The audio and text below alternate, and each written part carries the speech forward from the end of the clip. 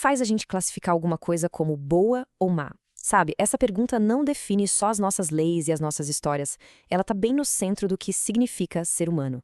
É uma busca que, olha, moldou civilizações inteiras.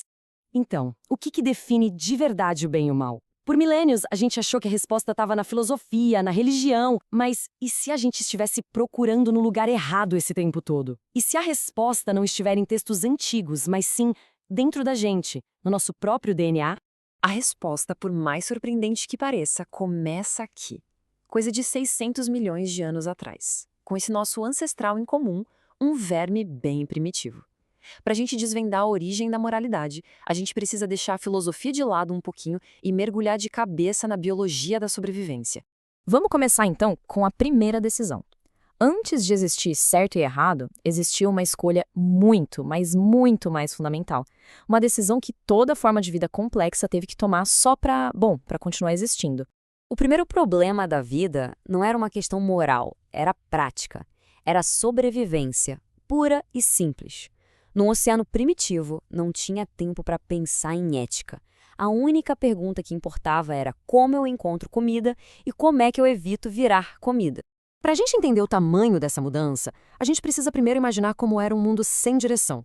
Um mundo onde a vida não ia para lugar nenhum, porque não existia um lugar nenhum para ir. Nesse mundo, a vida só reagia. Flutuava, ficava à deriva. Pensa numa água viva ou num coral. Sem ter frente ou costas, a existência era totalmente passiva. Era ficar esperando o que o universo ia entregar, fosse comida ou perigo, para só então reagir. Uma vida de puro reflexo, sem tensão nenhuma. Para sair desse estado passivo, foi necessária uma das maiores revoluções na história da vida. Uma mudança que deu pra gente, literalmente, uma nova perspectiva. A distinção entre frente e costas. E aí, a vida parou de só reagir e começou a agir. Pela primeira vez, o movimento ganhou um propósito. Em vez de ficar esperando, a vida começou a ir atrás, a buscar ativamente o que precisava para sobreviver. O nascimento da direção foi o primeiro grande salto da inteligência. Com o desenvolvimento de um corpo com frente e costas, o que a gente chama de bilateralismo, as regras do jogo, mudaram por completo. E esse plano bilateral era uma obra de arte da eficiência. Pensa bem, na frente ficava concentrada a boca e os sensores principais. Lá atrás, a parte de eliminar os resíduos.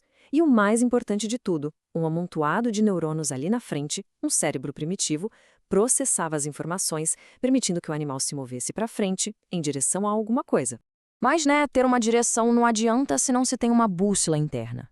Essa nova capacidade de se mover precisava de um sistema de orientação simples, mas, incrivelmente poderoso. Um sistema governado por 2 mestres soberanos. O filósofo Jeremy Bentham resumiu isso perfeitamente. Ele disse assim, olha, a natureza colocou a humanidade sob o governo de 2 senhores soberanos, a dor e o prazer. E o Bentham não estava falando só de nós, humanos. Essa dualidade se tornou o código-fonte, sabe? O sistema operacional fundamental para quase toda a vida animal que evoluiu a partir daquele ponto. E é aqui que está a sacada genial da natureza. O prazer virou o bem original, um sinal claro para se aproximar da comida, da segurança, das oportunidades. A dor, por outro lado, virou um mal original, um alarme para se afastar dos perigos, dos venenos, das ameaças. A lógica da sobrevivência, então, podia ser resumida em 3 passos bem simples. Primeiro, sentir. Detectar algum estímulo vindo pela frente. Segundo, avaliar. Isso é bom, vai dar prazer, ou é ruim e vai causar dor. E o terceiro passo, agir. Se mover na direção do que é bom e para longe do que é ruim. Simples assim. Essa é a base de toda a tomada de decisão. Tudo isso é fascinante, mas o que esse verme de 600 milhões de anos tem a ver com a gente hoje? Como é que esse sistema tão antigo ainda ecoa no nosso cérebro moderno? A resposta é que esse sistema ancestral não sumiu. Muito pelo contrário, ele é a fundação do nosso núcleo emocional. Pensa nele como o alicerce de um arranha-céu. A gente não vê, mas toda a estrutura complexa das nossas emoções foi construída em cima dessa base de prazer e dor. A partir daí, o modelo foi se expandindo. Aquele sistema simples de prazer e dor floresceu num leque de estados que ainda guiam o nosso comportamento. Saciedade, estresse, medo e curiosidade, excitação e alívio. Cada um desses sentimentos é, lá no fundo, uma variação mais sofisticada daquele primeiro impulso, chega perto ou sai de perto. E o mais incrível é que esses instintos super antigos ainda moldam as nossas decisões mais complexas. Da escolha de uma carreira até a busca por um parceiro, essa herança evolutiva continua sussurrando no nosso ouvido, definindo o que atrai a gente e o que a gente repele. E isso deixa a gente com uma questão final para pensar.